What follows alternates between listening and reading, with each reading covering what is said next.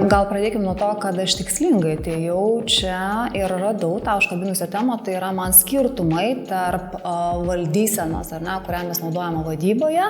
ir tos buhalterinės arba mokestinės apskaitos. Tai ta dalis, kuri buvo labai aiškiai susijusi tarp takoskyros, kodėl ne visada galima pritaikyti, ir kur yra tie niuansai ir kaip susikalbėti su mokestinė apskaita vadovaujančiais žmonėmis, kaip gauti mums savo ryšį, tai buvo ta pagrindinė dalis, į kurią ir toliau gilinomės ir atsiranda susikalbėjimas šitoje vietoje. Tai ką taikom labai aktyviai šalia išsakytų tokio verslo valdymo, žmonių, komandos formavimo, arba kaip turėtum atsinešti tie dalykai, tai aš išskirčiau iš finansinės dalies finansinių srautų ataskaitą, kurią mes dabar bandome ne tai, kad epizodiškai, kas būdavo daroma, bet iš esmės turėti sisteminį požiūrį į finansinių srautų prognozavimą, į suvokimą, kur tai galėtų ateiti ir turėti tą valdymą. Tai šiai dienai dar nėra išdirbtas projektas, bet tai jau tampa realybė. Verslui ir vadovui, kodėl tai yra svarbu, nes nelabai įsivaizduoju, kaip būtų galima valdyti savo įmonę, arba tai būtų smulkus verslas, jeigu tu nematai nuoseklios situacijos, kas pas tave vyksta. Tai finansinių srautų, arba kaip tai koreliuoja su ateinančiomis iš biudžetų, iš balansų duomenimis, kaip sąstojoje viena grupė žmonių bedalyvaujantis ir atiduodantis tos duomenis, ir prognoziniai, kaip visame procese, kas ką turi padaryti, kad ta ateitų informacija nuosekli, sisteminga, tai yra pagrindas tvaraus verslo. Tai visų pirma, ką minėjau,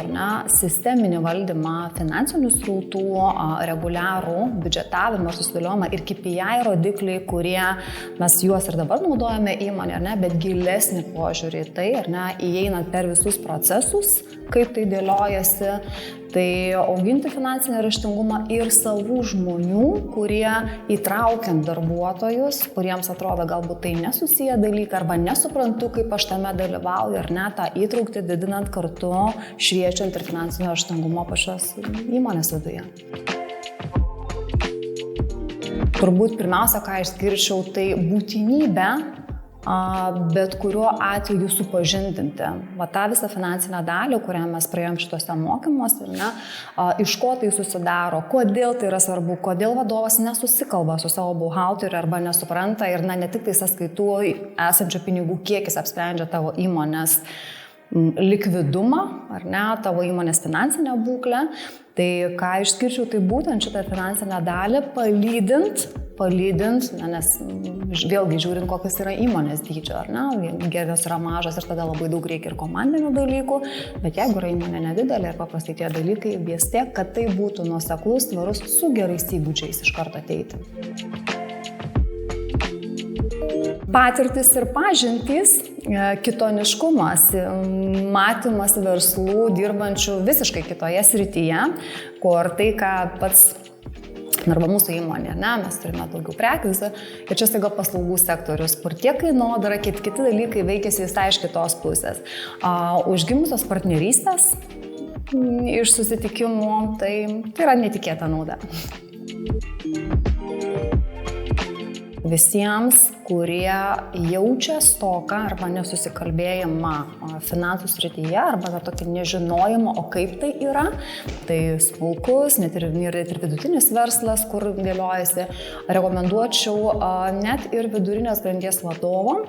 kuriem reikia spręsti finansinius dalykus, priiminėti savo komandose, tai neabejotinai. Be jokios abejonės turėti tikslą, kaip anatominių įpročių autorius sako, kiekvieną dieną 1% daugiau praktiškai taikyti.